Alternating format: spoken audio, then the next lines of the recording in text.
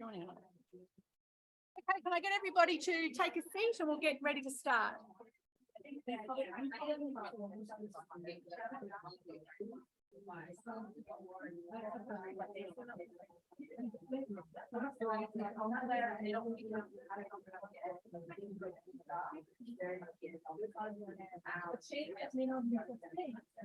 You might need to get chairs from around the big table. The Oxfam people know what I'm saying.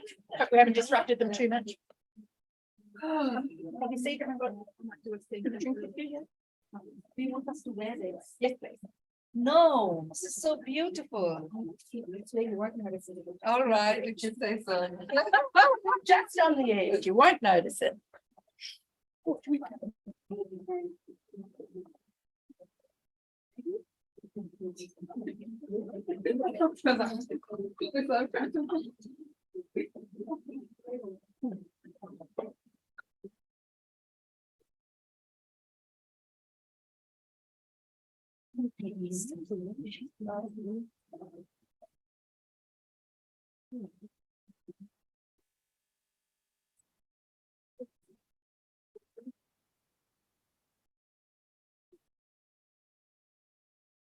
This will be the, Is that a? Yep, that's good. When we get to the game. did you play that game with the skipping rope? Yes, I did.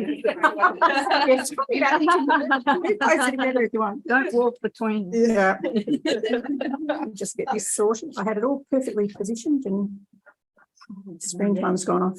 But I've got a classic picture here. Go.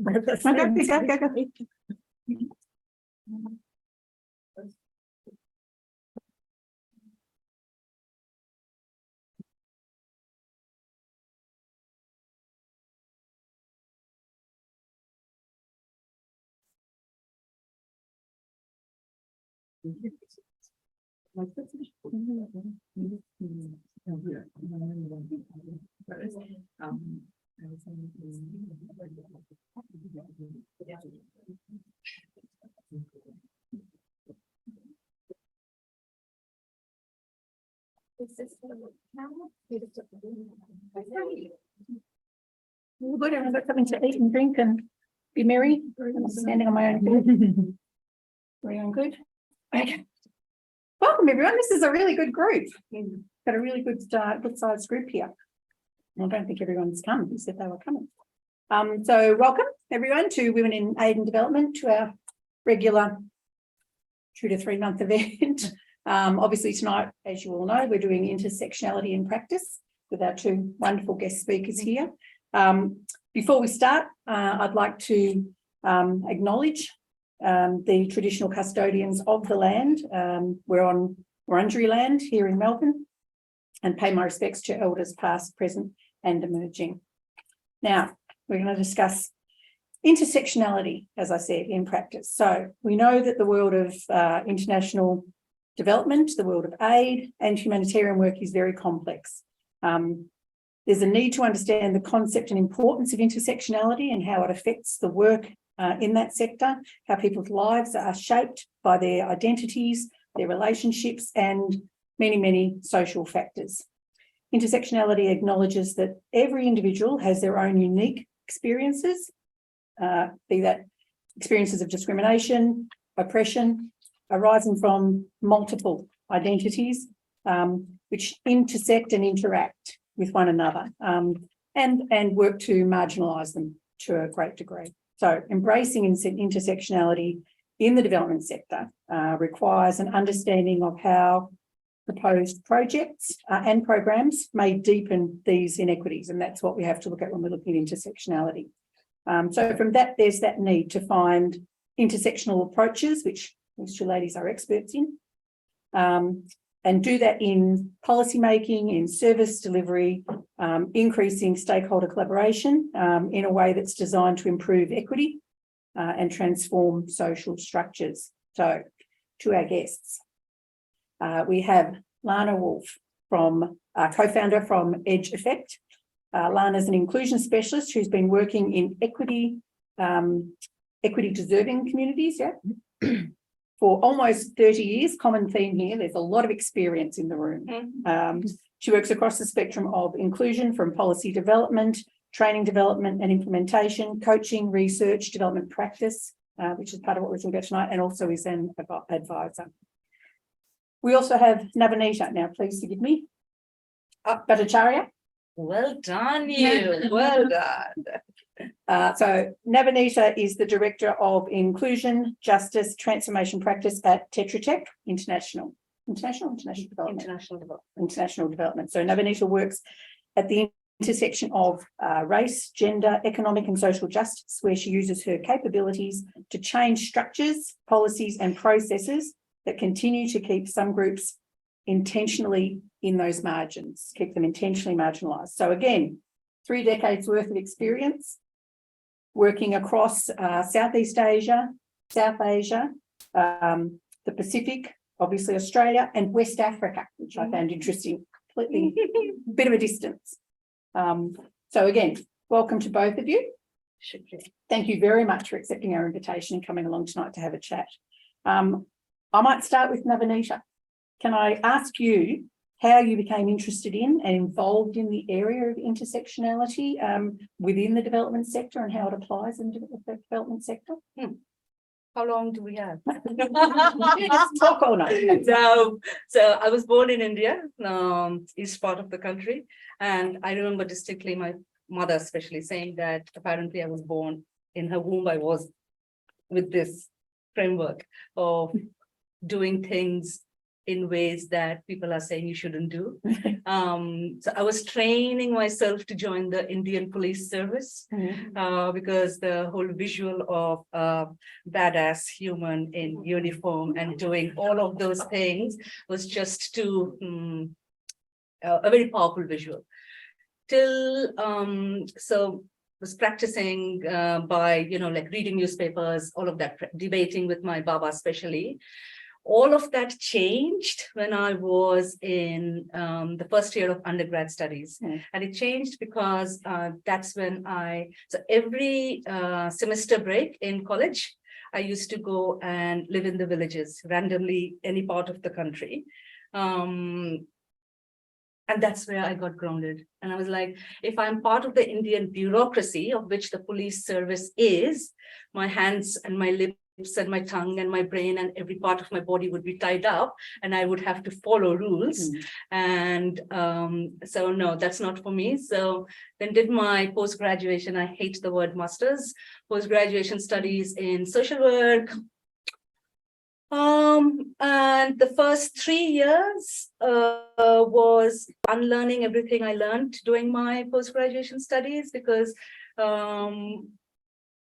very archaic theories, and this was in the late 90s, early 2000s is when I did. And that didn't make any sense because a few years back when I've been to all the villages, that was not what was being taught in social development or social work, right? So worked in the Indo-Nepal villages, lived there with the villagers, mobilized women into self-help groups for what is now called WE or Women's Economic Empowerment, truly Jill practiced integrated development. So that's intersectionality in practice, none of the siloification of any issue, be it education. So let's just talk about curriculum only or training the teachers, or not just focusing on health. So understanding truly how humans within a certain context live their lives and in what all ways they are not able to access the services or the life that they want and what can happen to make that happen. So that's what intersectionality in practice to me is, and got grounded and I've never stopped. That's the paid work domain. It's a very broad topic, isn't it? Like you say, it's not that it's specifically one area because it touches Absolutely. so many areas. Absolutely. Yeah.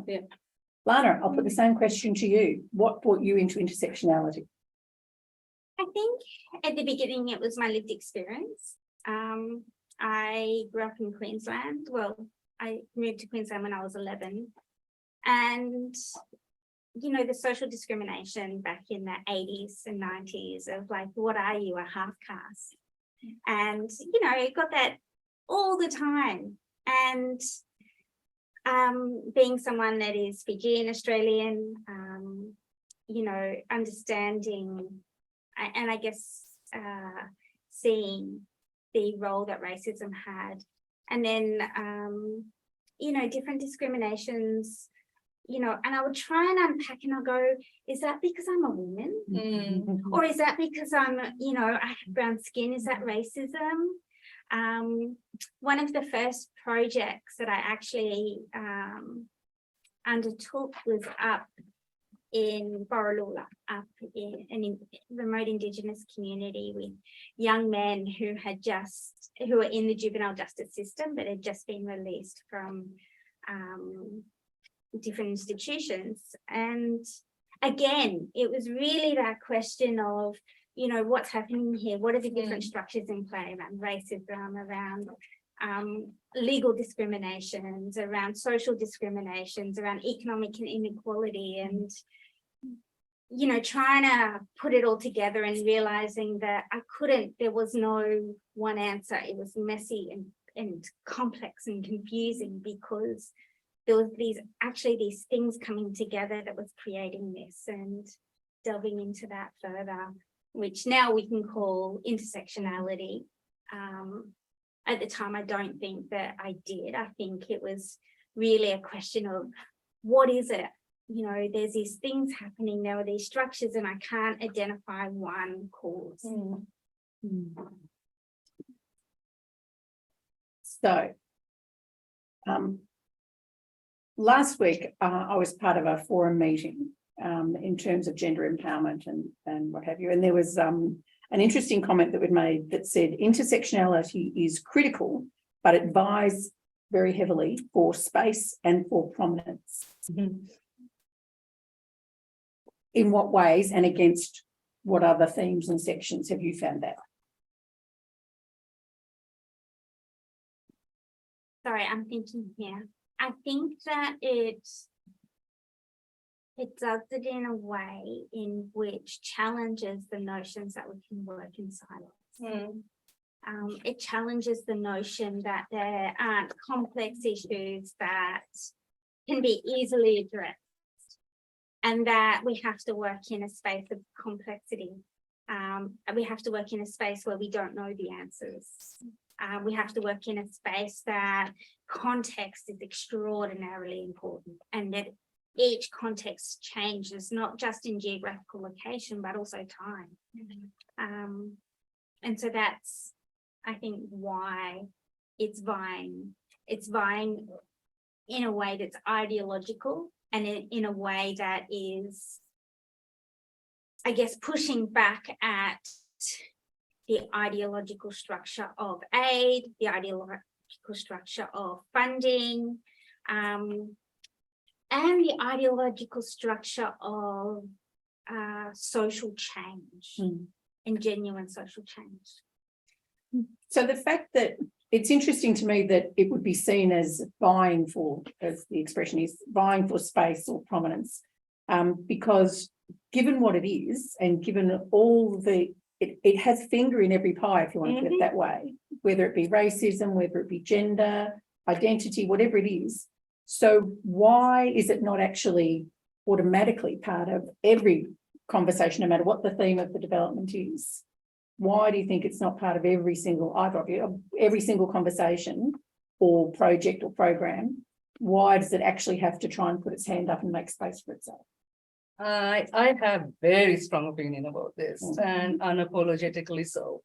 I do feel that there has been a certain narrative that has been purposefully created about development aid. I mean, if we look at the history of the aid world and the aid work, and if we truly honestly scrutinize the aid architecture, it is built on inequities. And so if it is being said that intersectionality is vying for that space, it is being made to vie for that space. People in positions of power and really unearned privileges in the donor community, in the private sector, our organization is a part of the private sector, in the NGO sector, domestic, international, all of that, including local actors and the sectors that they represent. All of them continue to benefit from this inequitable power structures that defines the aid architecture. So a concept such as intersectionality, which is truly, Jill, looking at and interrogating who continues to make those decisions that's so horrible for certain cohorts of a population within a certain localized context, that World Economic Forum has the goal to say in 2023 that it's going to take 236 bloody years for gender equality to be achieved. You know, the fact that such constructions of certain narratives continue to happen, which shows that people and systems and structures in place do not want the status quo to change. So if we truly want to practice intersectionality, it is to stop, for heaven's sake, silifying human beings into boxes and their issues. Don't make the complex, like you said, Lana, into simple project designs, and then throw out the crumbs to organizations to, you know, deliver proposals to kind of work on within the construct of those design that has been done by very privileged groups. So yeah, the status quo cannot be changed because those in power and privilege will lose. So is it a comfort zone thing? Is it the easier road thing for them, like you say, to stylify stuff, to actually pigeonhole things and compartmentalize? Absolutely, because it's easy for and Jane, I'm not calling you out just because you are in the mill space, but because we just finished a conversation and you work in the mill space, right? You look at folks in the development aid world. You look at folks who occupy the monitoring, evaluation, research space. Who are these people? Why are they not using their spaces and their positions of everything, be it the positional power, be it the power that they get from being in a certain community as an external and everything that's attached to that in certain collectivist cultures, right? Where in my culture, in India, for instance, an outsider, you are an outsider, you are considered atithi. Atithi means guest. Guest is equivalent to God. So there is a lot of respect attributed to guests who come to my home and my community. That doesn't get understood by development practitioners. And so the lack of humility with which decisions are being made, indicators are being defined for monitoring, researches are being conducted, research. So let's go back to Lana's community and research what is it that they are already saying what the truth is, but here is a group of experts who is going into research. So the entire supply chain and the value chain within which development aid continues to function, I feel, and this is not the cynical me, I'm part of that architecture, right? Doesn't want status quo to be changed because then the edifice within which the structure is built will shake. And a lot of us in the room perhaps won't have jobs. I received an email today saying about a particular person who stated their daily fee and stated very clearly that they only want business class. You see, that's the privilege with which people are functioning. And so do I want to change that? Hell no. To me, it's about that. So therefore, concepts such as intersectionality continue to be seen as too complex to be addressed. And the narrative around intersectionality has been made to simplify it. And that's my frustration. I feel that intersectionality has been siloed. I know. Not unlike a lot of the development sector. Now, Lana, I have a question for you. I just have to look up the quote. Sorry, I know I had it here very purposefully. I noticed on your website, Yeah, that within the explanations of how EduFect started. Oh, okay, yeah, go on. Yeah. I'm not with EduFect anymore, like Oh, I'm doing okay. a bit of work, but yes, I am a Well, founder, so go on. It still applies in that the catalyst supposedly for it starting was that it said on the site that the 2015 edition Yeah. of the Disaster Risk Reduction Good Practice Yeah. Review, stated that, quote, disaster managers do not at present consider the needs and capacities of LGBT, obviously this is 2015, LGBT people in their disaster planning or identify them as a specific audience for preparedness advice. Sure. Yeah. Has that changed? No. Yeah. Hasn't changed at all. No. No, look. No, it hasn't. It's interesting because I teach at AC, I teach international development, and last semester I taught refugees and forced migration subject. And it was interesting that the students, we got into obviously the problems with in gender and women and girls and the problems they have in refugee camps and obviously in actually being forced to migrate. They're one of the biggest problem areas in terms of higher risk factors and that.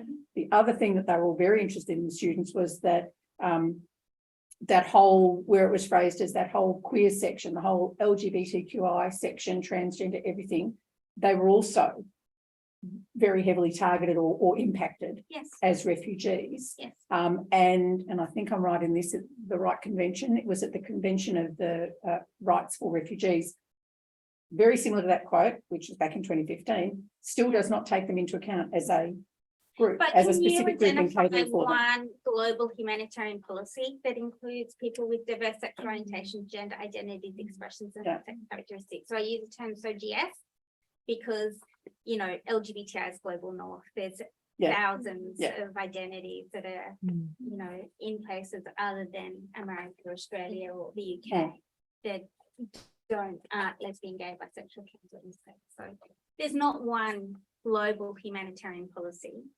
that includes LGBT people. And if you think about the way in which your data collection tools are, for example, they're gender binary. They equate gender and sex, and they're male and female.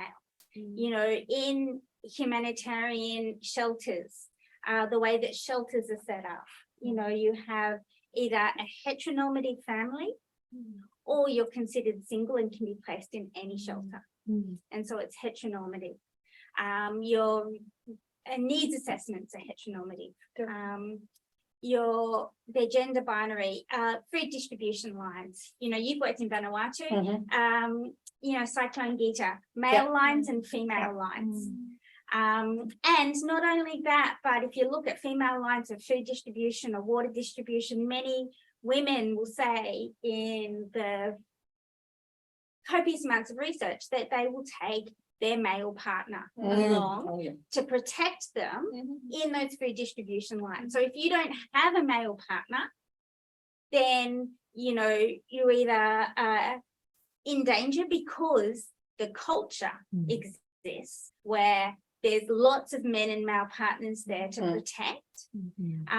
So it creates that context, or you just don't line up in the line. And that's so often the case, is what I hear again and again and again, is people with diverse OGS do not even attempt to access humanitarian aid because they don't think that they're going to be included and they think they're going to be at risk. And it's interesting, like you say, especially certainly in the Pacific, where it's hard enough, like you say, in terms of identity, it's binary, but also just in terms of, well, again, in terms of identity, it's been a hard enough road to get people with disabilities to actually be serviced as a group, as a separate group, whether it be male or female, to get them, because they have different needs, especially after it's in disaster recovery, they have different needs. So when you're actually looking at, be it gender identity, whatever part of intersectionality that is, it's really hard to get that done. So, you know, acknowledging that DFAT is undergoing a new gender equality policy process right now, but DFAT doesn't acknowledge LGBT people or people with diverse OGS in their frameworks. You know, their funding criteria, their three main priorities are women, people with disabilities, and Indigenous folks.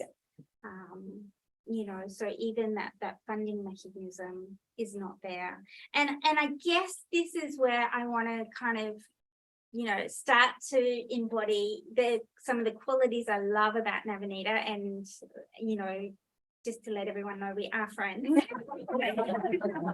is calling out. And what I want to call out is how we as a sector continue to reinforce this idea that intersectionality is just about people and their identities, and not really interrogating the power structures and the intersecting power structures that there are that intersect with everyday people's lives, that reinforce social inequities, and our structures as an aid system and as specific organizations within, those like structure, the structural powers that exist, and that includes capitalism and neoliberalism, and this aid is considered a mechanism for soft power of governments. And yet we don't really talk about that. We don't talk about, well, how does that impact the way in which we can design projects, how we can design what a project means to be successful, how we can work with communities regardless or irregardless of what they think their priorities are around rejuvenating their own communities. We don't think of the cultural norms that we bring as a sector, including ones of heteronormativity, cisnormativity, gender binarism, and endosexism. Like, we bring that and we place that within the structures, within the way in which the power that we have to say, well, we're going to work in this place and we're going to work with this community, but we're going to do it using these cultural norms that we bring with us. And the interpersonal, which is that, that everyday power that you were talking about as well, and how those structures of power actually also intersect with gender, race, class, ethnicity, age, disability, etc., as well. Yeah, but it's really interesting, like you say, when you see it's so slow when we're talking about all our projects, all our programs need aid, obviously need funding, whether it be government or whatever, wherever it's from.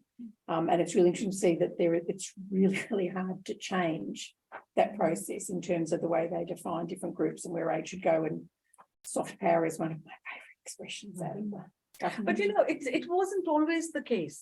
I remember when I started paid work, this was late 90s.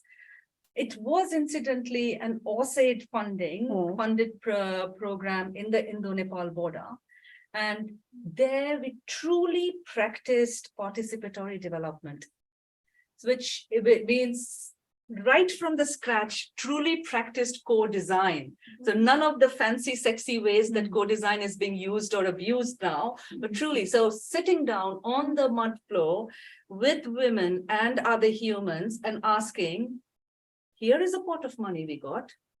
What do we do? And they're using sticks and stones and this and that, none of the fancy post-its or butcher paper. They actually taught and showed how to do the root cause analysis. I'm using these because these are words which we use. The underlying factors that are keeping which families, which groups within a community. So again, and that's my problem with theorizing, right? So when we are truly, genuinely, with humility, asking what is it that we should be doing that opens up conversation. And I keep using the word humility because I do feel, Jill, that as practitioners in the sector, we are losing our humility. We go in as the expert and be like, I have come to teach you. You see me as someone who knows more than you about your own bloody life. So let me tell you, I will take down the notes because that's what it said in the JETSI analysis guidance note. But we have to go back and do what we have been asked to do in the design or in the whatever. How often are we pausing as an organization to say that, heck no, we are generally going to do what has come out. These are the needs that have been identified. These are the priorities. These are the actors they want to associate with. They don't want to work with so-and-so government at so-and-so district because that is unsafe.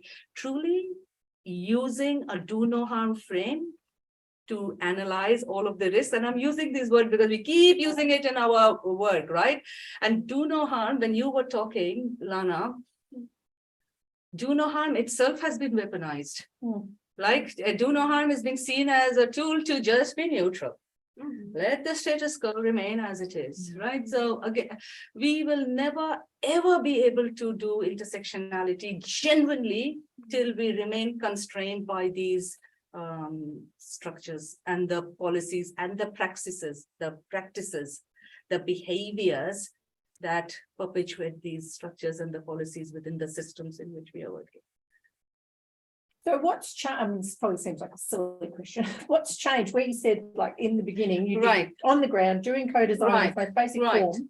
Have we tried to professionalize it too much or academize it too much? That absolutely, totally, and that's where universities play a significant role, right? In not taking the responsibility. And you said it, I didn't, because you used the word professional. Because the whole concept of capacity building. Right, it in itself is perpetuating the neo-colonial aid architecture within which we all are being forced to kind of work, right?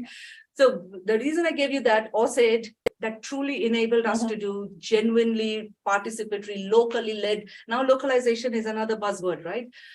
What all has changed is the neoliberal forces that continues to keep capitalism functioning within the patriarchal structures, right? Across the supply chains, across the value chains, all of those systems need to remain the way it is in order for, those in power and the privilege within those systems to kind of continue. So donor agencies, I mean, USAID has brought out its localization. What is it called? Localization policy or strategy or something. I think DFAT, UK aid, a lot of the donor communities are bringing it out.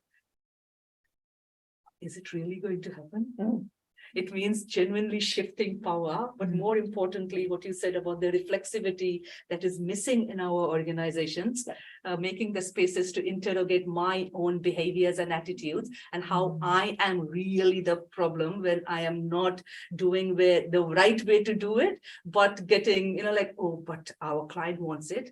Let's do it like this and then get into the space and then change. Heck no. Once we designed it and signed onto it, changing anything becomes a totally different volume. So that professionalization, call it that, or the really deeply entrenched neoliberal ways of praxis that is defining the sector, and it's going to continue to remain unless all of us kind of say that enough, enough. We need to kind of change and get those allies in the donor communities, because if the structures, the policies, the practices within which donors are forcing us to work, if those don't change, none of it will change. So if I played, sorry, did you want to add to that? Just to reinforce this idea of complexity, but also context, and how context is really, really important. And that talks about a context of time, but it also talks about a context of many different governments and government policies around aid, around different, themes of aid that have come up. And it's really interesting. One of my projects at the moment is actually funded by Finland. And Finland just changed their government, and they've got now a much more far-right government. And so in discussions with the organisation that I'm working with, and they're like, we planned out this year and the funding and, it's all set in, and they had kind of planned out what they would like to do with me, the next funding criteria. But they were like, but we don't know because we're going to have a change of government. We don't know what's going to happen. And then they're like, okay, we've had a change of government. This is what happened. This is what we think we can get away with. This is what we think we can get in funding. And it's just a really little tiny snapshot of the context of the time and the role that I guess power plays in our ability to be able to work in different ways and how participatory they are. And But in the context and time, there is a role for civil society. Yeah. Where are the voices of yours and mine and theirs and all of us? You know, we are the electorate who are voting in certain kind of governments and certain kind of policies that are being crafted. And this is especially given the aid architecture of the global north dominating the aid scene, right? So where are all of those voices in those respective countries questioning, asking, I'm talking about the electorate here, who is allowing such practices to kind of happen? Yeah. What's their role and how does it say? And that's one. The other one, I'm really curious to kind of, in this technology age, where virtual spaces, like which transcends borders, right? There's so much of activism that one sees in the virtual space. Why is that not being leveraged enough to make those changes in those systems within which we are all working? And I wonder if some of that is neoliberalism. You know, our governments are talking to their governments who have agreements around aid and that social power or soft power. But also neoliberalism and the role of the NGOization of movements. Oh, and how that plays into effect of how we can, who we're partnering with.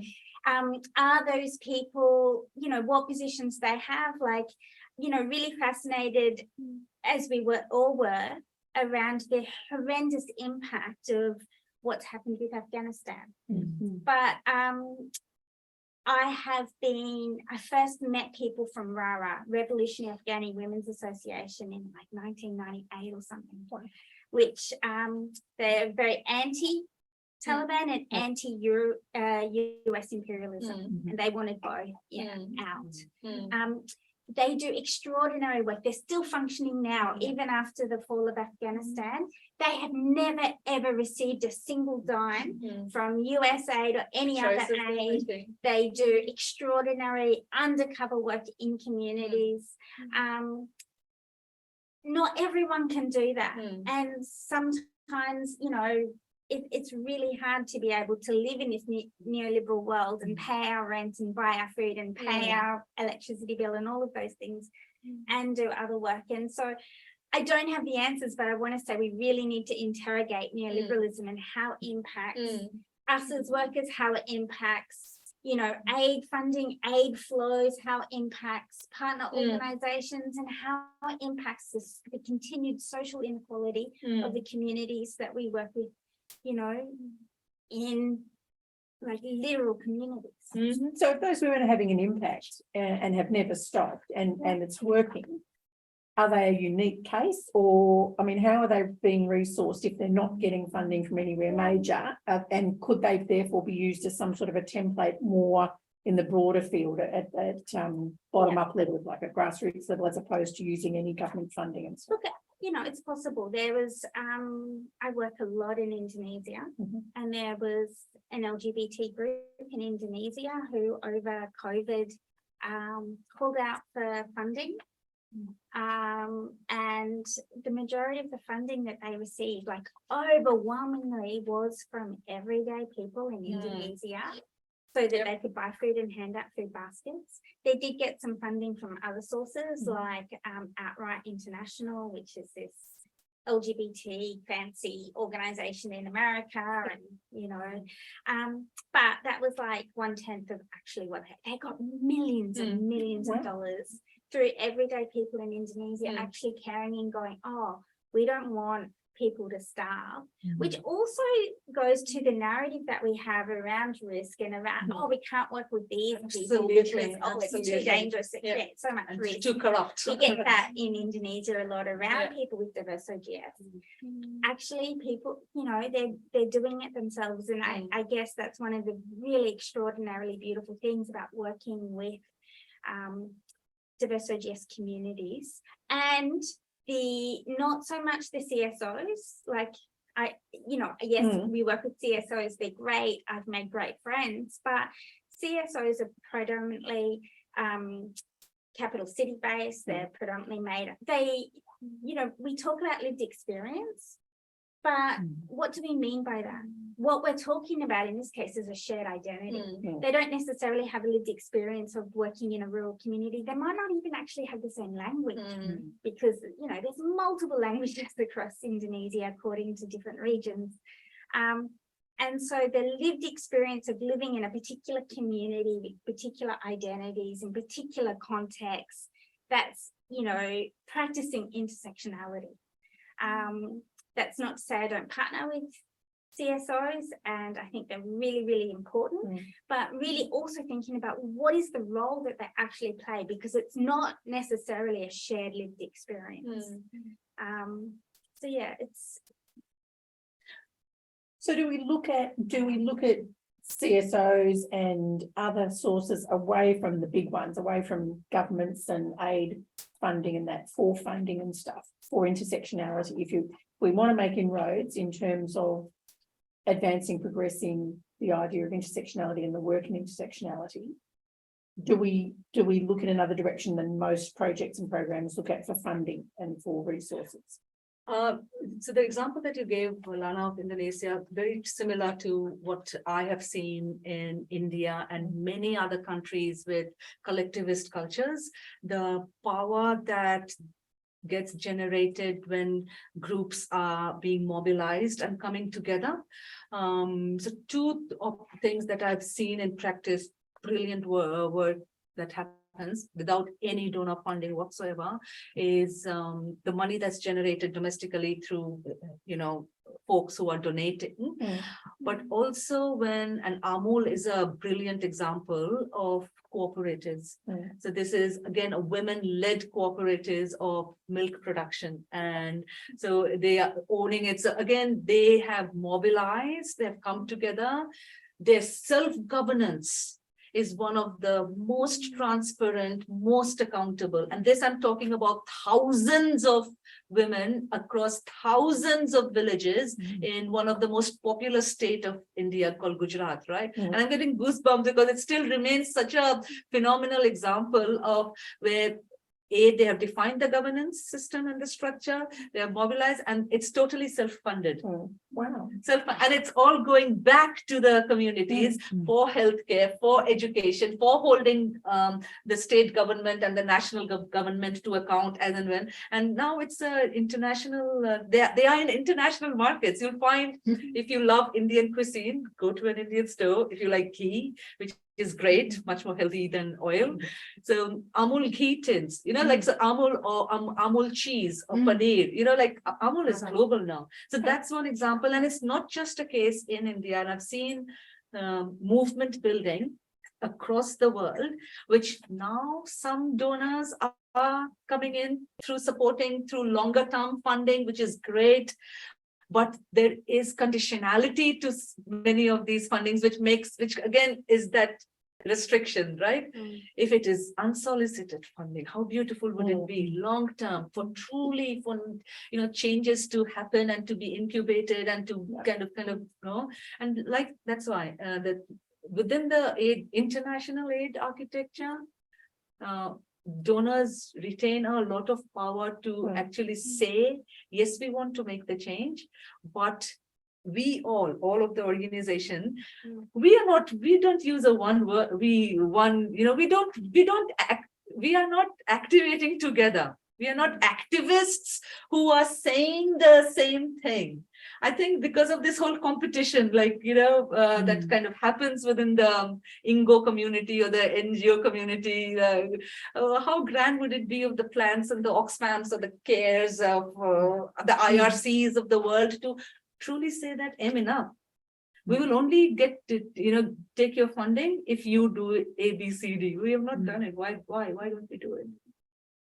All right, so if I play devil's advocate for a minute and say we've gone through the process where we've reached a point where funding be it from donors, from governments, aid funding, you can understand why they want certain bureaucracies. We all know the pain in the neck that, you know, writing reports to explain what you've done with their money is and having M&E done and all that sort of stuff, which is fine. There's nothing wrong with M&E. And you can see the purpose of it. But having to tick all those boxes for them and do all the paperwork, you can understand why if they're handing out a lot of money, they're now saying, especially historically because of corruption and various other things, why they're historically saying, for historic reasons, they're saying, we need to know that the money's being used properly and that there's value for money, blah, blah, blah. Yeah. Is there a middle ground we can find where you can cater to them and say, right, keep giving us aid money, but we don't want so much bureaucracy, as opposed to where we all started in development, historically started in development, where they just handed out bucket loads of money and said, yeah, go work on that project, and that didn't quite work. I have opinions. But Yeah. I thought you I might. say that we both have lots of opinions. Yeah. Makes us so But great. go for it. Firstly, I want to say that the example that I gave in Indonesia is an interesting example and one that I really cherish. I'm just really attracted to it. But saying that, I'm not advocating for people doing it by themselves and not giving aid. The government donors not giving aid. I think that the narrative around historically the reason for giving aid is a really noble one. It's about supporting countries and communities that are equity deserving, that are not receiving, are not equal in terms of economic equity or social equity, etc. I think that we have a responsibility as a global world to give funding. So I'm not suggesting that we don't do that. I'm suggesting that we're critical and we start to think about the power that exists and the power that governments have and the power that they enforce and the power that they give INGOs to enforce on communities. And I don't have all of the answers. I'm much better at posing questions. But I want to say that I do understand around accountability of funding, but really what I want to see is more accountability to communities. You know, if we're giving money away as a nation to support a community, you know, what I'm really interested in as a practitioner is, well, what changes do the community want to see? What changes are most significant for them? And what does success look like for them? And how are we being accountable to them? I know this is really simplistic and I acknowledge that, but it's a little bit like if I gave my kid, you know, $100 for their birthday. And I said, but I need you to show me how you use that money. It's like, no, actually, I've given that to you. But I want to work with you to say, how can you use that money so that you get the most out of it, whatever that is? You know, is it spending time with your friends? Is it, you know, doing something that makes you feel good? Is it, you know, whatever it is, you know, do you feel like you've spent it well? And that's what I would like to see with aid is accountability to the communities.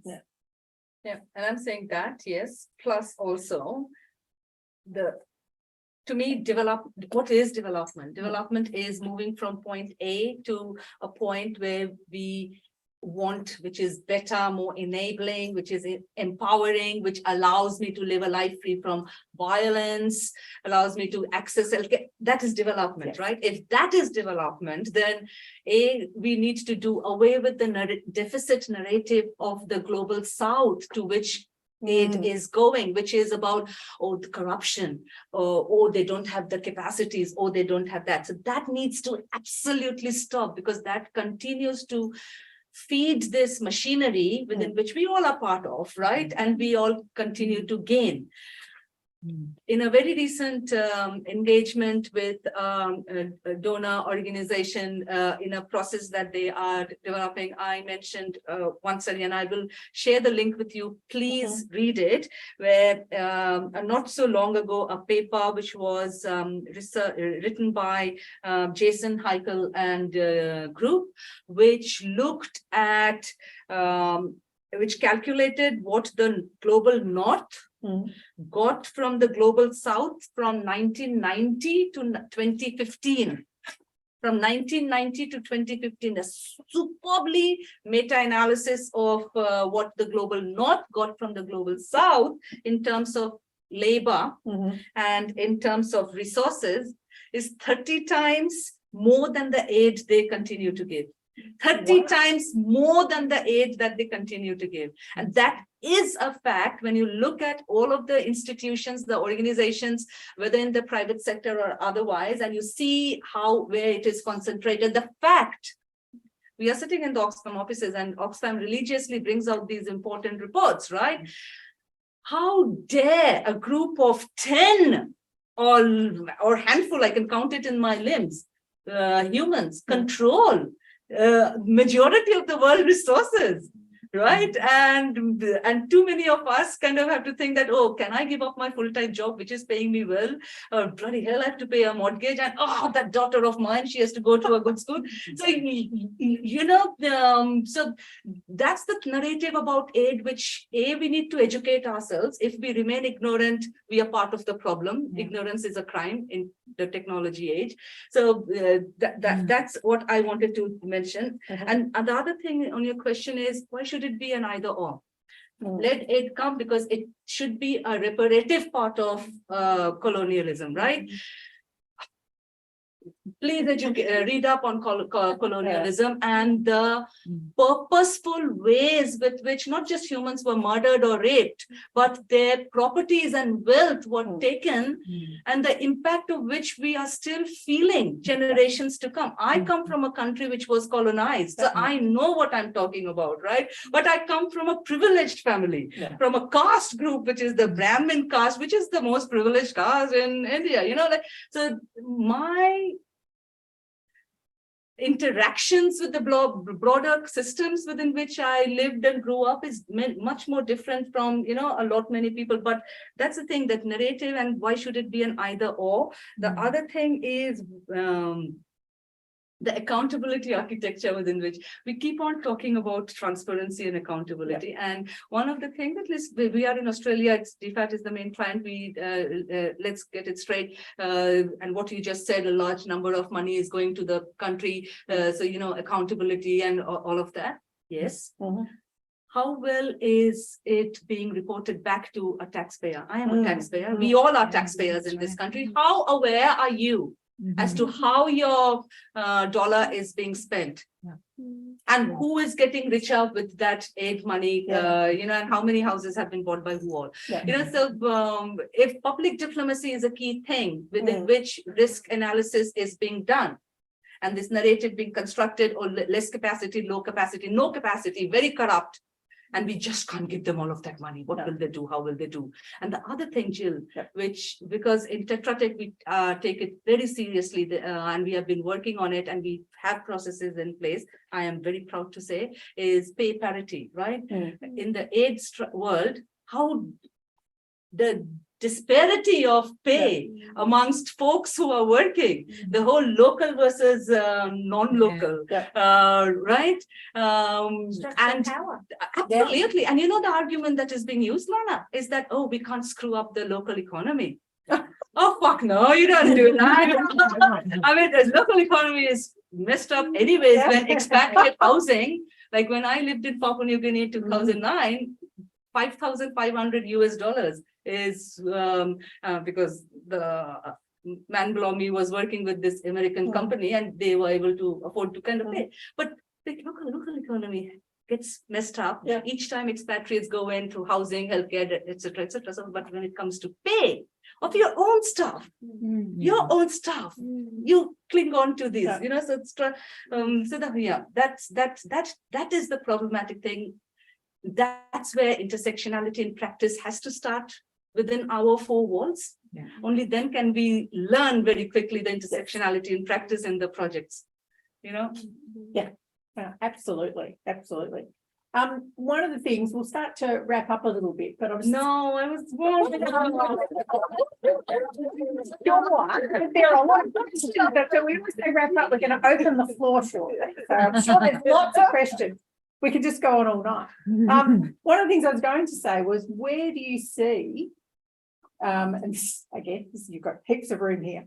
Where do you see intersectionality as part of the development conversation with all the bits we've just discussed, where is it going? What's the next step that it needs to happen for intersectionality to move forward? And Hannah and I work in the same organization. The document I sent to you in the afternoon before coming here was what and I'm sorry, Lana, I jumped in only because I'm just so pumped up. One of the things which I mentioned in that same consultation which DFAT is doing for the new international gender equality strategy is conducting honest, more holistic, comprehensive, intersectional assessments of how their support, the donor money or taxpayers' money, is impacting people, which means that don't do a JETSI analysis separately. Don't do a risk assessment, safeguards analysis separately. Don't do a political economy analysis, which is devoid of power and all of. So in short, don't do any of these analysis, which at Project Startup we have to do in silos. You know, then the narrative keeps getting built high. Corruption, low capacity, very difficult. Intersectionality is so difficult. Of course, it will be difficult. You don't see it. So that's something which is so easy where DFAT is saying very clearly, this is how you need to do, because every organization that we represent in this room are great compliance-oriented folks, right? We need to be a compliant, all of us. We have to. You have to be. So if that is made as a compliance requirement, why is it not being made? Make it. Define intersectionality, which is more than identity, which is that interaction with power structures and power inequities across, and make it a compliance issue that you just will not be able to get your 3-star, 5-star rating, or without this. But we're not doing it. But that's accountability in practice, and that is easy as. That was the one thing, and that was the one thing in terms of making it practical, making it doable. The other thing, and I'm sorry, Lana, do you want me to pause? No. Okay. The other thing which I'm saying is that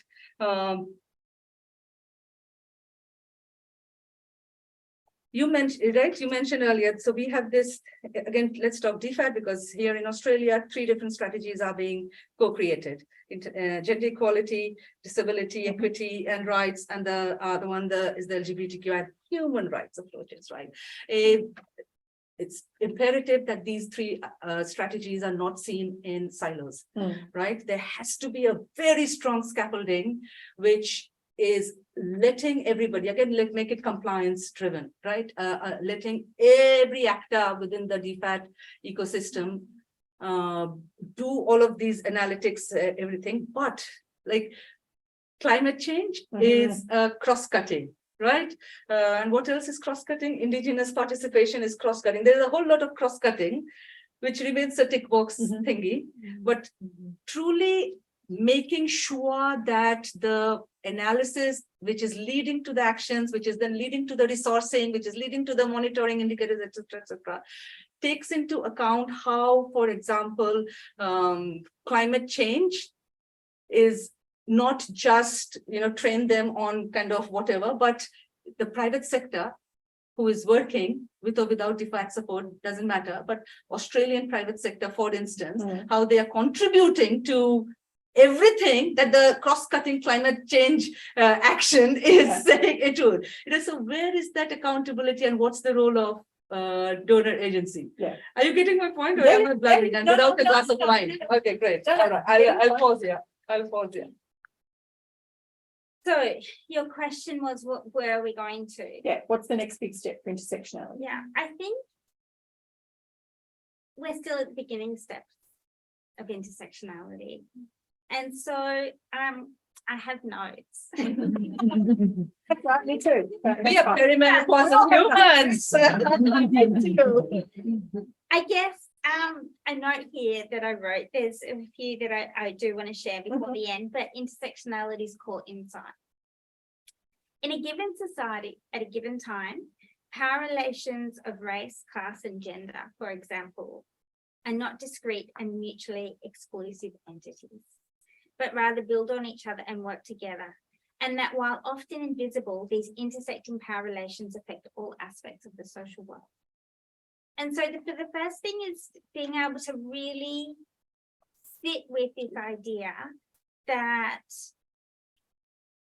power relations based on particular characteristics are not discrete and mutually exclusive identities. That is not the way that we've designed the current aid system. We work in silos. And so I think that's the very first thing that we need to do. I think the second thing is around that invisible. I've worked in ways like, for example, a paper for DFAT on the intersections between disability and diversity, yes, about seeing those intersections, like what are the actual experiences and gaps? And they're really, really, really hard to know. Like, I am a proponent of research. And I think that if we think about it, for example, if we talk about the research that's been done on violence against women in Victoria, if you ask a woman, do you experience violence in your home? Overwhelmingly, people will say no. Women will say no.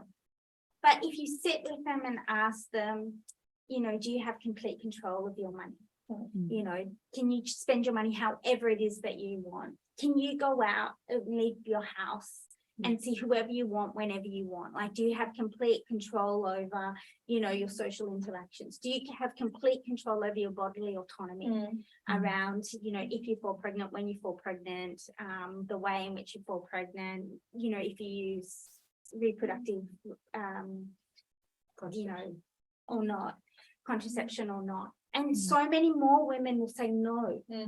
And it's because we live in it. We live in this society in which there's so many social norms. It's so hard to see the way in which power connects with social norms to reinforce ways in which discrimination and stigma occur. And we see that in social norms in the development system. We see that in social norms in every which way.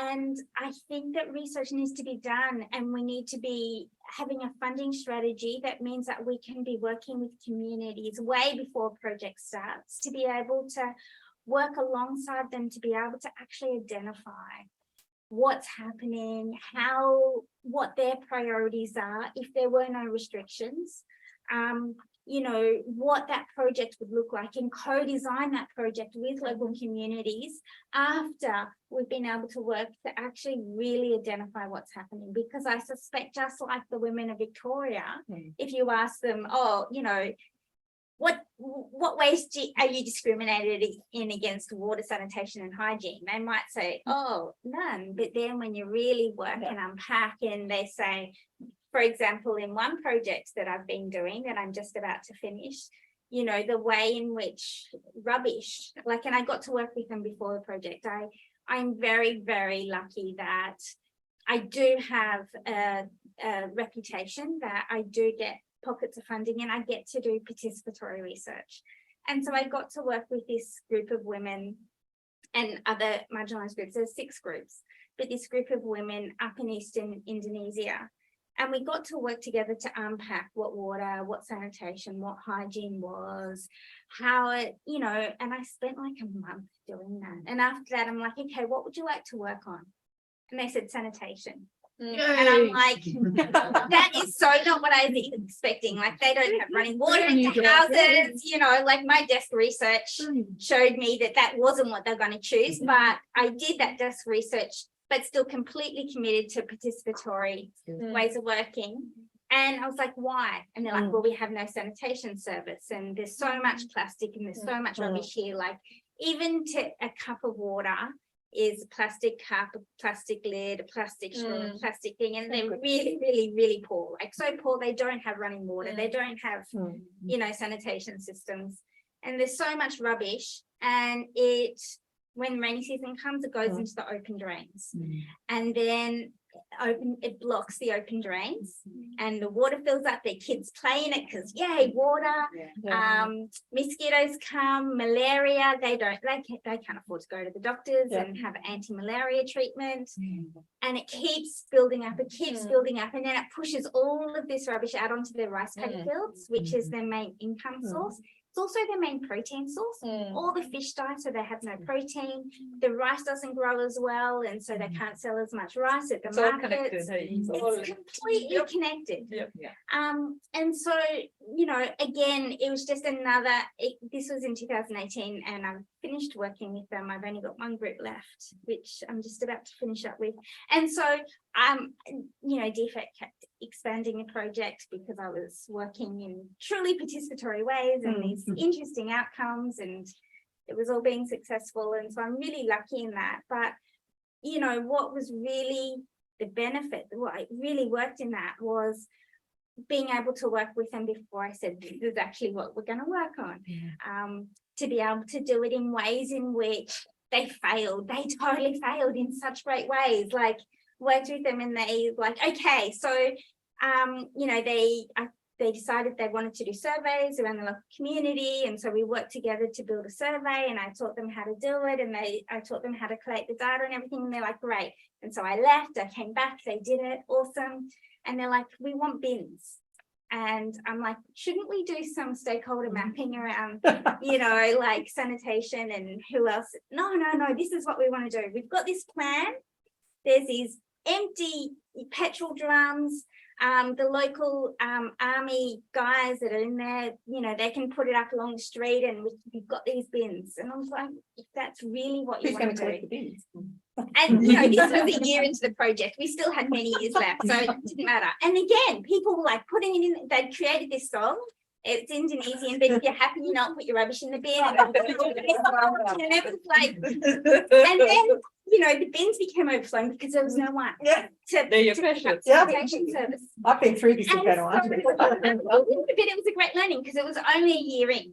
And so we had plenty of time. And so they're like, oh, okay. So, and then I had to go advocating and why aren't, you know, there was sanitation service in some areas and not other areas. It wasn't in the poor areas. Why wasn't in the poor areas? It's because there's these big trucks and, you know, the space between buildings. And so they started advocating for these bikes that had these things on it. But the ones at the other, you know, local village down the road used, they kept breaking. And so the government said no. So then they did these research for these other ones. And, you know, like 5 years later, and they feel like they, you know, they can take over the world. They can rejuvenate the communities. They can transfer their skills to something outside of water sanitation and hygiene. But to be able to advocate, and we have a lot of power as INGOs, is to have a lot of power to advocate around more sustainable funding mechanisms to do work with communities that is more sustainable. And the very last thing that I want to say is that I had 5 core ideas of intersectional frameworks. I had 6. Number 5 was social justice. And just if I can quickly read, one of the things we haven't really spoken about is social justice. Social justice has historically informed much of intersectionality's critical inquiry and praxis. To make an intersectional project critical lays in its connection to social justice. For example, an analysis of global economic inequality illustrates how fostering social justice requires a complex analysis of global economic inequality.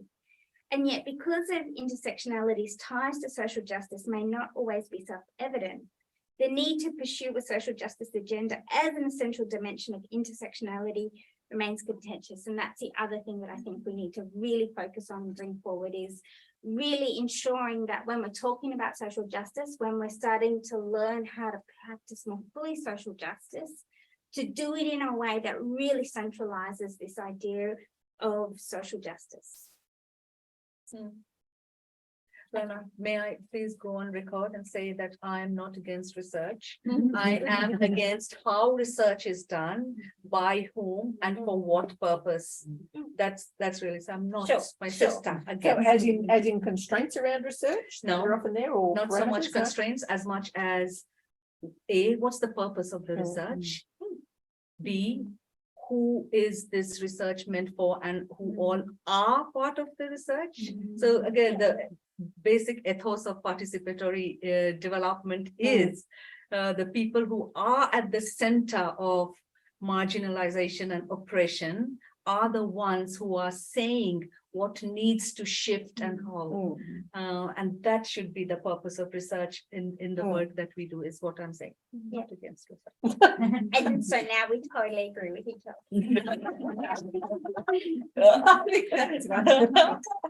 See the beauty of conversation. Yeah, totally.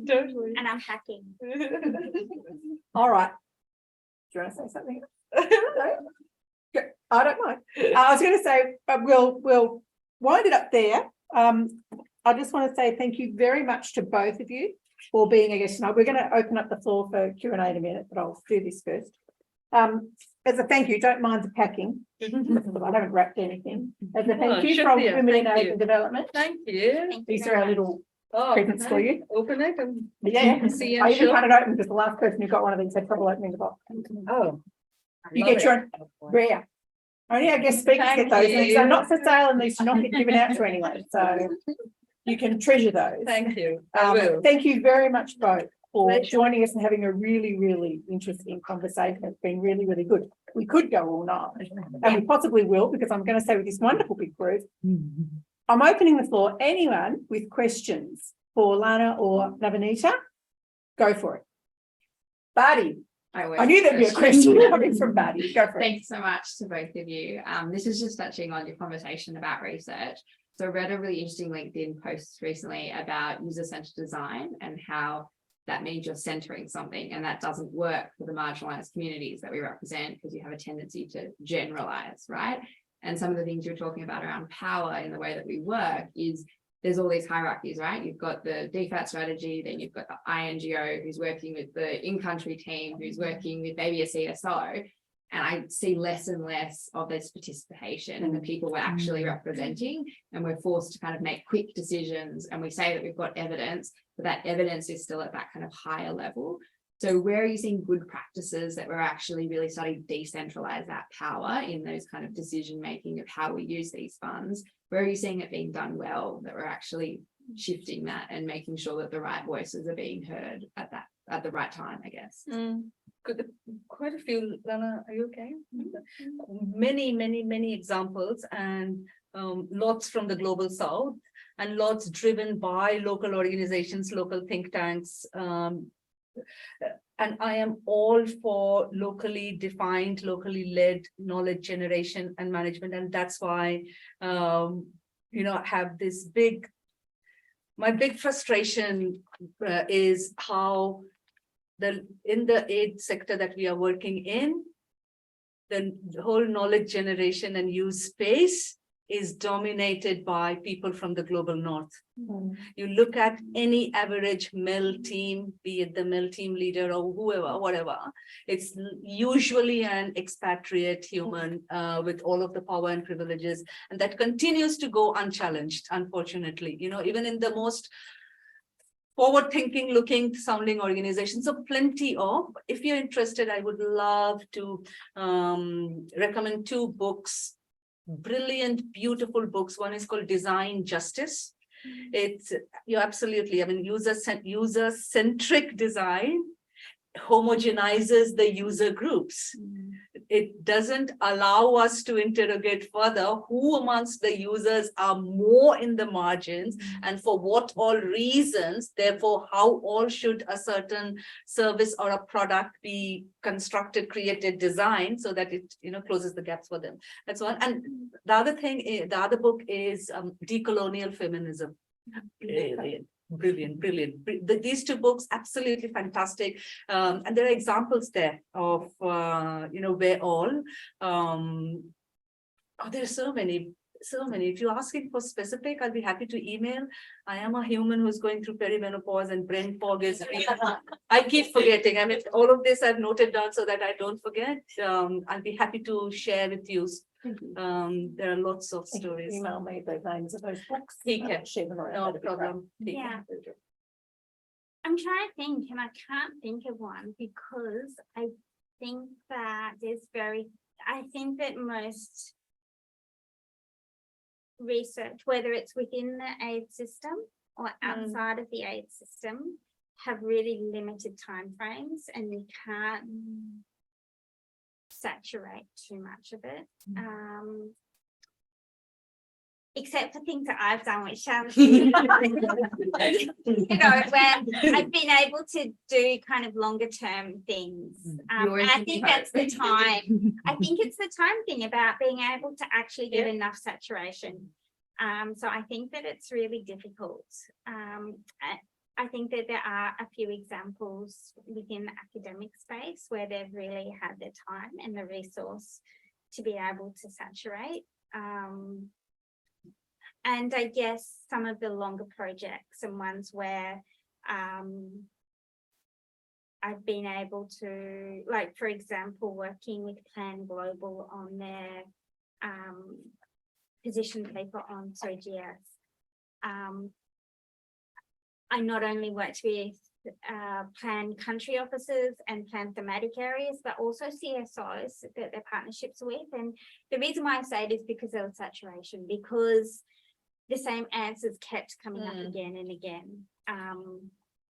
And so I think that's the indicator of good research, is when you've done it enough that there's actually a conclusive kind of answer, grounded theory. But you know, the other good resource is from Oxfam, the blog Poverty to Action. It cites, and especially older work, which truly locally led, very powerful movement building kind of work. Lots of stories from the Latin Americas, lots of story from South Asia, plenty from various parts of Africa. Lots. So the Poverty to Action is a good resource to kind of tap into. I know that there is some, and particularly from Latin America and from India. But I just can't think of any off the top of my head. I didn't write those notes. Brain fog is real. We're all suffering brains. At a certain age. Interesting. I find it interesting you're talking about, you know, when you deal with funding and stuff, and we get it all.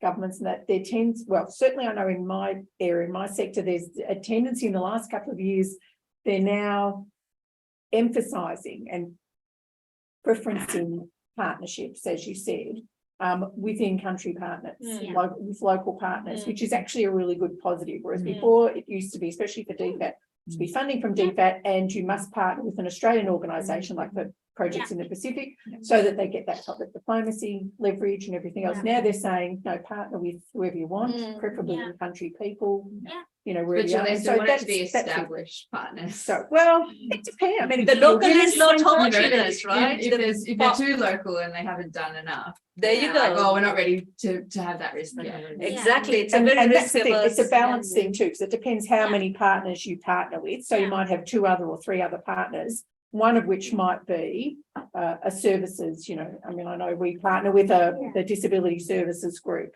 or a advocacy or disability agency, all totally local in Vanuatu, but you also there obviously might do it with an NGO and might partner with someone else as well. Yeah, I think can I just really quickly say is that I think that, you know, there's been really positive things that have happened. Like, it's not bad. Like, look at Oxfam offices. Like, Oxfam is a lot smaller than it was because of the way in which it's working with countries now. And so Oxfam now, and there's also Oxfam Pacific, Oxfam Fiji, Oxfam Vanuatu, like, you know, dispersing funding and power.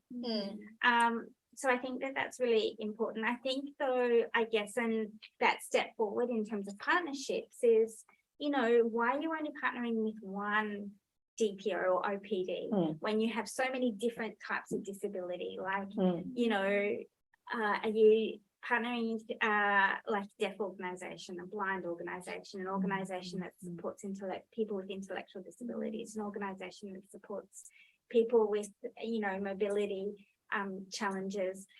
Same with LGBT, like, you know, if you went to Vanuatu and you worked with VPRI, they're an awesome organisation, but they focus on, historically, as do most organisations across the Pacific, people with diverse genders and key populations, partly because gender diversity is much more accepted across the Pacific than sexual diversity, partly because of the history and power that has been accumulated through funding of HIV/AIDS organisations and the focus on key populations. And so you shouldn't be focusing and partnering with just one, or tick box who've done a disability organisation, tick box who've done a SOGIESC organisation.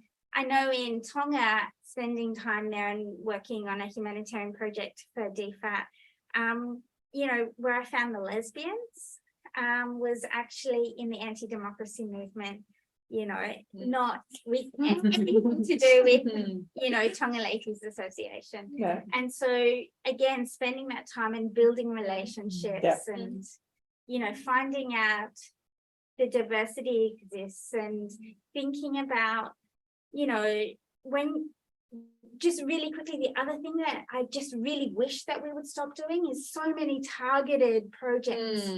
You know, we're doing targeted first and mainstreaming second. We should be doing mainstreaming first, including women that are able-bodied, women with disabilities, women who are lesbian, women who are trans women. And then if there's challenges, then we do a targeted approach with those people that are unable to participate for whatever reason in that mainstreaming project. We should be doing mainstreaming first, targeted second. We're just reinforcing the silos with that targeted approach. My apologies. Oh, that's okay. Look, I'm brand new to the international aid and development world. I come from an urban planning background and from the strategic background, which is like not engineering, but the whole social environmental. So intersectionality to me is just how not in like there's different ways to think about it. And for me, it's like in a particular sphere. And there's a lot of language tonight that I've heard that's sort of new to me. But one of the things that was, so I'm learning a lot, but one of the things that was interesting with the question that you had about, you know, what about the small organisations and just thinking locally, like in Australia, there's not a tiny little organisation that would expect like federal government funding. And those tiny little organisations need to have a structure in place to be able to manage that funding and manage the expectations. So we've got to be really careful, I think, whether it's in Australia or any country in the world, that if we're like, if resources that they're able, that whoever it is, because I belong to a tiny little organisation in country Victoria, where it's like we are just not equipped, and you know, dealing with rural disadvantage and that kind of thing, we are not equipped. We don't have the policies, we don't have, and you know, you end up with unintentional consequences of like infighting or people who have the power, whether they're women, whether they're, you know, whatever their intersexual like you know characteristic is, you know, you've got to have those structures in place. So sometimes when I'm hearing about what's happening in development overseas, I sometimes lay it into a rural context in Australia, like with little tiny communities too.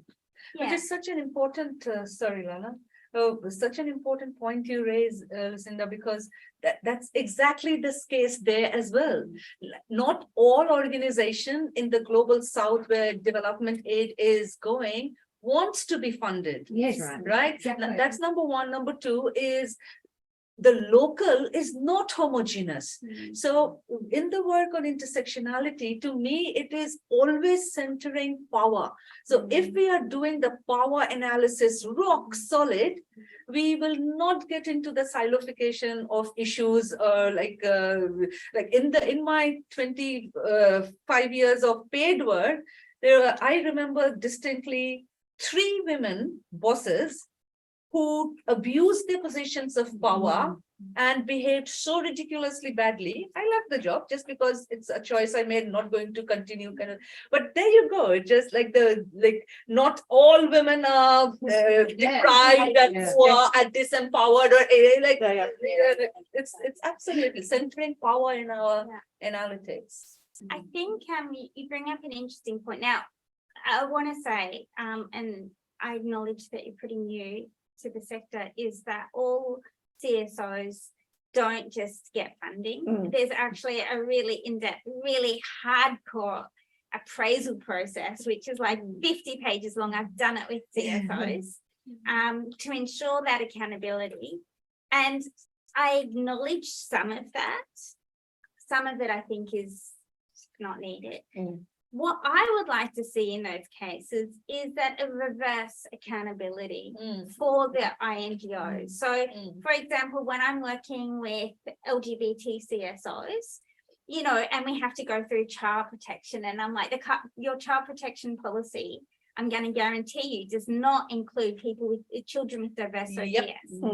You know, It your doesn't even account for disabled. gender equality probably does not include, unless it does it quite tokingly, diverse OGS. Your safeguarding PSEAH policy does not include people with diverse OGS, and yet we have LGBT CSOs that are having to do these appraisal processes, having to do your, you know, courses and having to sign your policies that explicitly exclude them so that they can work alongside you to do a project in which they don't get to co-design and, you know, to be able to share what they think their indicators of success are as well.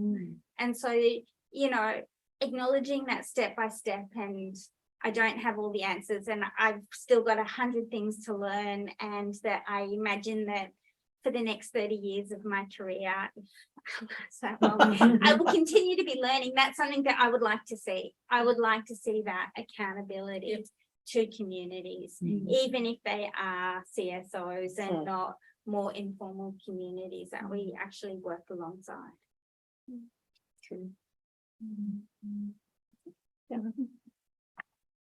Thank you very much to both of you to, you know, pulling apart intersectionality, and to be, you know, I came in thinking intersectionality was one thing, and now it's really much bigger.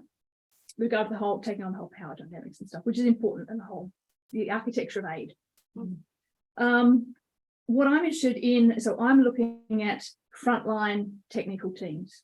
So although we have global policies, we have organizational policies, often particularly in humanitarian response, the frontline teams work very much like semi-autonomous teams with much less command and control type structures. So do you have any resources and support for them? Now, it's not as much on the architecture of aid, but they're often, particularly in humanitarian responses, they're the ones who are actually going out and doing the work and adjusting and being accountable to affected people and different communities. Now, I've done some training with the WASH cluster in Fiji, and I think I used the UN Women. They had an LGBTI guidance note, so they're able to share that kind of stuff with them. But, you know, for intersectionality, they're ones who should actually understand this term. Are there any guidance that can be used for those teams who don't have a lot of time, but they want to understand this term so they can actually implement it? A lot is in place. Like I look, since you mentioned humanitarian, I know the IASC guidelines, for instance, right? The Interagency Steering Committee guidelines. Like when I worked in the humanitarian space, 2005, 8, 10 in West Africa, the IASC guidelines from then and now the ones I saw very recently, massive change. All of the analytics, the guidance is there, Catherine. All of it is there, asking the who, why, where are they, so what do we need to do? So for instance, WPS, World Food Program, WFP, WPS, World Food Program, the guidance note to them is clear. Like in countries where it's unsafe, such as Uganda now, which has recently kind of, or even in USA, look at the way they are brutalizing humans. It's unsafe for non-binary gender diverse humans. How do you provide them with food aid? You know, do we need a different space or time, or all of that guidance is there. The analytics has been built in. What is not happening in practice is it's not happening in practice. People are saying that, oh, it's too difficult, oh, I don't have time, oh, it's about saving lives. The fact is that if we are not doing it, they are dying. So that goes out of the window. And going back to the point I raised earlier, and which you mentioned as well, Lana, about reflexivity, that is a key tenet in intersectionality practice. It all boils down to me. how honestly, brutally am I, Navanita, interrogating my own power and privilege, my own attitudes and behaviors, which continue to shape how I interact with Hannah, who is in my team, and how Hannah and I are developing proposals, designing, delivering, all of that, right? What is my role in this broader scheme of things, and how reflexive am I in kind of the, then when we continue to kind of do it, then perhaps some of the excuses which we continue to hear, how time poor we are and how difficult it is, that there won't be any space for those excuses to be there. It again, it's part of that accountability framework, is our team leaders, our so-and-so managers or whoever are being asked, why is it not being done? Why has it not been done? Why? Do you need more training? Let's get Lana in. Do you need more space to do it? Yeah, like, but why are you not doing it? Is that question being asked enough? When it comes to Jetsi, no gut, it's not being asked enough, or it's just being ticked off and happy, and that's all it's being done. So I go back to, because that's a fundamental ethos of intersectionality, is the reflexivity. Because to me, it's intersectionality recognizes that I am bringing in my personal value system into the work that I am doing. So each one of us, irrespective of where we are working, be it the donor sector, the donor organization, or the state government, or the federal government, or the local government, or the personal management, GOP&G, whoever, wherever, or the big boss of Oxfam, what's my responsibility in this broader scheme of things? And I really do agree, do believe that in the work on equity, justice, access, inclusion, we are not asking these questions of each other enough. Is there a simple guidance? So the first part is, so the ISC guidance notes, you think, already include intersectionality? There are lots of guidance, and including a one which UN Women has brought out Really recently. nice gender handbook one, which is very good. That's right. And UN Women has brought out Oxfam's power analysis tools are way back from the early 90s. Read up the work on Robert Chambers. You'll fall in love with that guy. He still is. But no, I'm more looking for the frontline people don't have time to look for all this stuff. There's more with regards to if it's already mainstream, that's fabulous. Really like the idea of being reflexive, but it'd be nice if there was like a one-page guide, on basically how you can do that. I can link people to. I don't have that one-page guide. I mean, it may be impossible. The IAS is the best in the world. In the humanitarian space. The UN Women's Humanitarian Guide, it's okay. That's the best that I can say about it. It does include LGBTIQ, but it then goes back to heteronormative frameworks. So there's not, I'm sorry, but there is not a one-page guide. What I want to say is I want to push back around this idea that there's no time. Because in fact, in a crisis, there's no time, but there's plenty of time to do the work before a crisis. There's plenty of time to learn from a crisis and go, okay, how can we change our rapid needs assessment with the local community? Because crises happen regularly, often in the same places. Can I just clarify? Yeah. So I've just developed a practical guide to support frontline teams, and I'm linking them to all this, and includes inclusion. Yeah. So I'm just interested to be able to recommend to different frontline teams, that basically saying ahead of time, it's not just inclusion, it's a whole range of how do they actually manage a team together, because we have all these, as you say, silos. How do they bring it together? Yeah, I developed some minimum standards around thematic areas for IFRC, but that's IFRC's document. It's not for me to share anymore. So no, as far as I know, there is not. I will recommend that you look at the power analysis guide by Oxfam from the first iteration of it, early 90s or wherever. That still remains a fundamental piece of work, right? It is looking at power, it is interrogating power, and then you tailor it, Catherine, to the context, to the teams that you are working within. It's really asking those questions: who, what, how, why? Why is it that even in 2023, that cohort of the population in so-and-so province remains wherever they are? And how much has gone in, by whom, What is the government doing? What are the civil society doing? What is the private sector doing? Climate change being mainstreamed, decarbonization is being talked about, but hello, the logging continues, the mining continues, and all of that.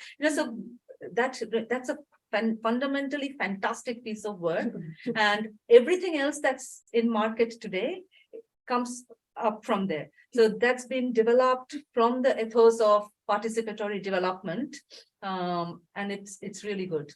Thank you. Interested to bring it and then to be a bit more about effective practice. But I think the L in Mel is the most important part, but it's about me as well. But it is about me, but it is also about the context in which I'm in, or the organisation. I'm interested to hear your thoughts on like the personal process, but also what you've seen in terms of how organisations have or can build that commitment and space and investment in praxis and reflection. Can I brag about the organization we are part of? We have been a couple of years ago started the work on co-creating our localization strategy, really interrogating decoloniality and what the neoliberal capitalist patriarchal systems, the way it's all of that, right? One of the things which we looked at, Jane, was language, and I mentioned narratives and our role in the words we are using to frame certain sentences, the proposals we write, so the language. So we started, and that's part of the structure now. So every Tuesday morning meetings, it's a whole of tetratic meeting, and there is a slot on the power of language. Again, space for reflection, where you're planting the seeds, some and water it lick, some may take root, others may not, and that's all right. But that's, again, creating these purposeful spaces is something which we have done. Hannah, in fact, convenes a community of practice. So again, using these structures to look at issues and making the space, the safe space available to boldly ask questions, which in our mind, perhaps we keep it, but now, so making all of these more purposeful spaces for reflection to kind of happen. What is challenging and which we need to do better is that L part in the formal space, right? That needs to sharpen and strengthen. And I do feel, and this was I was sharing with Lana while we were having this lovely Vietnamese Indonesian. Indonesian. I know I'm going to Vietnam. Sorry, Indonesian food was. This was in the early 20s, Jane. I was part of this project. Part of it which we co-created and we delivered in, and I was managing it in Vietnam and India. And it was a SRH1, sexual reproductive health, right?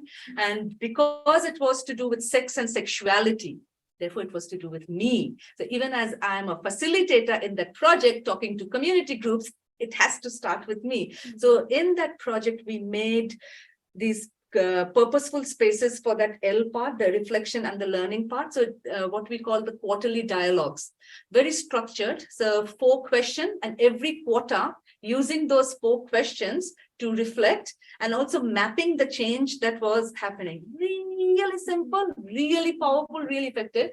And it was resourced because it was part of the project design, part of the annual plan.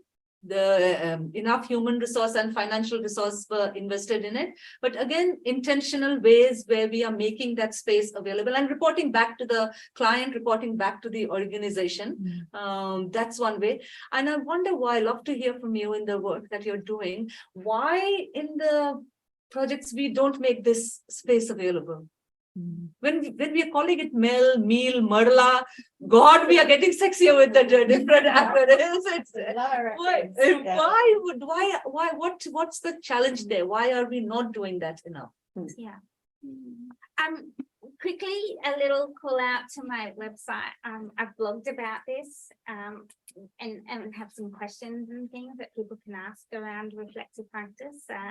www.communitypoweredresponses.com. But also maybe since you've talked about the bigger picture, one practice that I do, or two practices that I do, is that when I'm in a project with a project team in country and representatives from the community that we're working with every morning, you know, we do a check-in, you know, what brought us here, what do we hope to get out of it,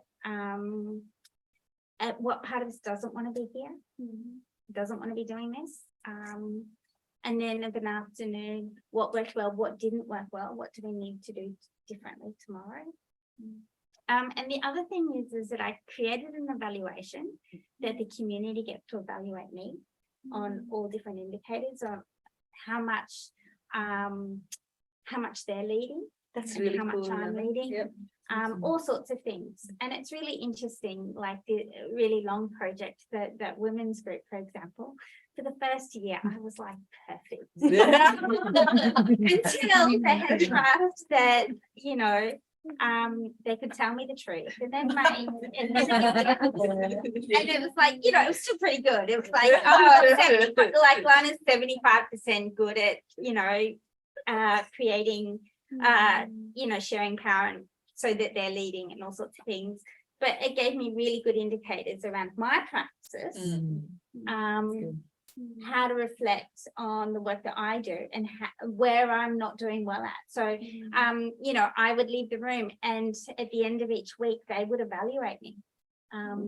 Again, it took a year for that to be really. So did you then found you adapted after you'd got that feedback? Right, you know, then I was like, oh, okay, Yeah. this is actually what's happening. And so then over time it went back up again because You listen to what I they say. care and I'm, you know, I Exactly. genuinely wanted to do a really good job and I genuinely wanted to live through my values of That's so cool. working myself out of That's a so job. cool. Yeah. And so I have this 5 years from 6 communities data of this Mel, which I have no idea what to do with because I, you know, Love it. but I think it's really interesting. But that's something that I do with all of my projects is create this, and you know, I co-design it with them around things that they think. And it's not about the bigger project at large. It's about working in genuine collaboration. Yeah. And but in the evaluations or routine mill that happens, are we asking a purposeful question about what is not working? Because we are always reporting on all the lovely, sexy things that's kind of happening. We are not. Again, it goes back to that purposeful construction by the donor, make it a compliance thing. And what you just said, I love it, Kalana, Yeah. about having the maturity and the humility to practice radical candor, you know, and by seeking feedback radically, candidly, and giving feedback candidly, such a powerful thing. Yeah. Love it. I gave an example in the WiAD talk the other day. We were mentioning I was doing some of this WiAD, and I gave this example of how we do risk, how we do harm to people is through developing projects in ways that aren't sustainable or don't take in a local context and all sorts of things. And I gave this example of this, you know, World Bank project in which completely failed. But at the same time as going like, you know, this didn't work, the water pumps, you know, didn't work and they can't use them anymore. But then went on to say, and so the outstanding success of this project, and I'm like, water pumps don't work. Like, nobody can access the water. It won't wash. Obviously with WiAD. Yeah. So we don't talk about what doesn't work. We don't talk about what fails. We don't actually talk about what we need to do differently or better next time. So there were no actual lessons learned in terms of lessons taken away from the failure aspect. Yeah. They still framed it in terms of I success. took this quote, like it's literally a quote. Oh my God. Yeah. You remind me of when I, and this is a colleague we met today at the office, Nashwa. She is from Gujarat in the west part of India, a place where I worked with Oxfam. This was early 2000 when a massive earthquake hit. And you won't believe, Jill, like villages after villages were just plastered down to the ground.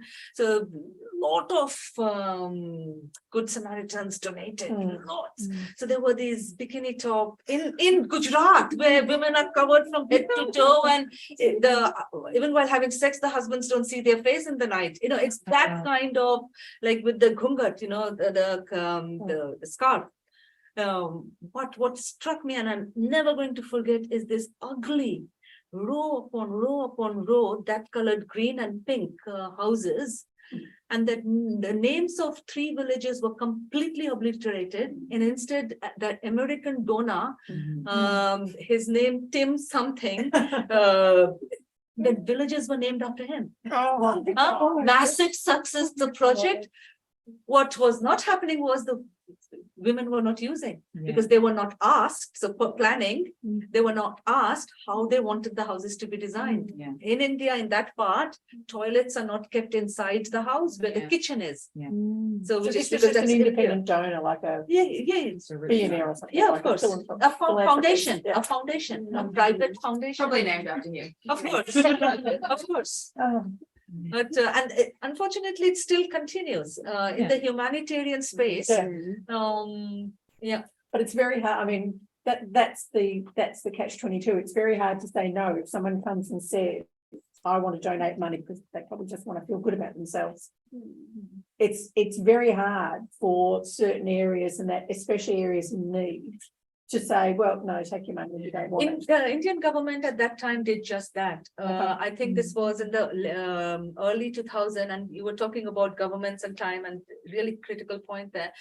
The Indian government, I think it was the BJP government or whoever, they said no to bilateral funding. This is after the tsunami. This was just prior to the tsunami. They said no to bilateral funding. A lot of Ingos started crying because, oh no, they're like, you know, all of that. But that was a decision made by the government of India. Even now, bilateral funding is made with certain conditionalities. So there is that level of win-win in that, you know, and there is some semblance of mutuality in that aid. Do a lot of governments do that? No, not. And they are not able to, like some of the Pacific Island countries, they are so not just tiny, but a large chunk of the economy is aid dependent, right? Oh, yeah. And that's a very purposeful construct, right? But that's where we get an interesting debate around the really popular debate at the moment in terms of the Pacific around China's involvement. Because, and I've seen it. I've seen it. It happens. It's happened in many of the Pacific countries, but it was certainly happening in Vanuatu while I was living there. You may come with an open checkbook, and the government rarely says no. Solomon Islands, exactly. Yeah, Well, and look, you know what happened day before yesterday? So Gawari announced that Solomon Island is going to get a military. Australia is supporting it. No surprises. So it opens that. I mean, that's a whole other Pandora's box, but it's the same sort of thing in terms of with a purpose in mind, and you can't necessarily not compare that and criticise it against the Australian government or the New Zealand, well, less of the New Zealand, but even the Americans now, in terms of turning up saying, well, we'll give you this, we'll give you that. And this is soft diplomacy. And I think that, you know, if we're talking about humanitarian aid at the moment, like where's the aid going to Sudan or Yemen? Like That's right. Yeah, it's forgotten. Right. You praise You know, the flavor. you know, when we have neoliberalism where it's about economic growth, what possible economic growth can Sudan have? Exactly. You know, and so it is dependent upon aid. Yes. And yet there's no real focus, there's no real, you know, we're not living to our you know, higher values here around this, or Yemen, where, you know, for what, over a year, OCH has been saying we're taking from the hungry to give to the starving. You know, which is appalling. and Absolutely appalling. you know, to be completely controversial, you know, more money, America just announced more money for Ukraine, which you know, I think that Flashy war tanks, which Australia supported. You know, also the role of NATO as an extension of America. I think again, you know, ultimate peace is the goal here, but can we do that without considering, you know, and really truly understanding what the local context is, Yep. why that war is actually happening. Yep. Yeah. And both Germany, Sweden, they all have feminist foreign policy. Yeah, And Australia too. So intersectionality can go take a run. We want to just kind of do what we want to do. But yeah, that intersectionality of power, not Yeah. just of identity. yeah, and that's where it just gets so complex, you know. Yeah. It was interesting, one of the things you said during the evening was about, you know, it would be good to have transparency and that the government should tell the taxpayers what we're doing with the aid money. The government does not want to tell the course. taxpayers because Of course. taxpayers don't want to know No. about foreign aid. Yeah. And that's the big, one of the constant Yeah. big contentious issues around elections. Like, how do you know that the taxpayer doesn't want to know? Well, about because a lot of them foreign say, I don't want us giving our money away, sort of thing, and you have an argument with them and say, Yeah. that's Yeah. ridiculous, but, Yeah. aid? you I don't know. buy that. They get that, there's pushback.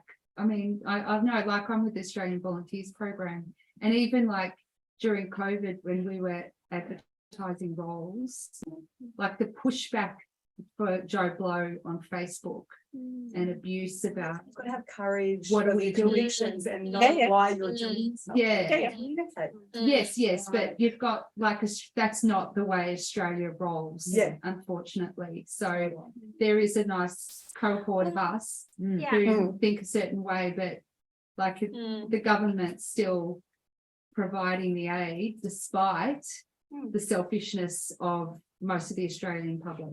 Well, yeah, and it's part of that modest. narrative, of, Mm. you know, that reinforces capitalism, like that narrative that says our social norms are the reason why you're poor is because you haven't worked hard enough, or the reason why, you know, and we do that with individuals, but we also do that with nations as well. And that's the other thing which I mentioned in the DFAT consultation is that for gender equality internationally to genuinely work, intersectional gender equality to genuinely work, Australia needs to do a really hard look in its own domestic inequities and Yeah. oppressions that's kind of happening, and not just First Nations, but the way, you know, like the fact that 2023 July and detention centers are still functioning, and the way we, Yeah. the whole construction of narrative around refugees, asylum seekers, all of that, right?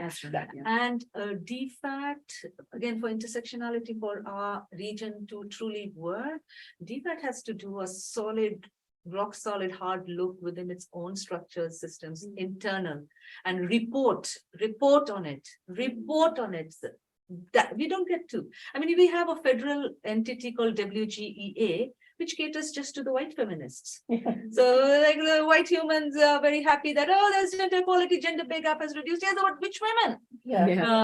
You know, so That's another question. It's a provocation, but how about reporting to our partners, our aid and development partners around gender equality indicators in Australia, including that actually in the last week, 5 women were Excellent. murdered by their partners. Yeah. And we have, you know, rates of violence against Yeah. women and girls, which are, you know, out there. Yeah. And what work do we do? Yep. Internally to address that, and how honest are we when we go to other Absolutely. countries and say, Yep. Yeah. hey, I love that, Jane. And in every country that I've worked in any workshop I have facilitated on gender equality, I purposefully give examples of developed countries. Purposefully quotes data from Australia and the US and the Swedens and the Finlands and all of that, because there's so much of, again, it's that inequities that continues to perpetuate because of the narratives within which we are forced to work.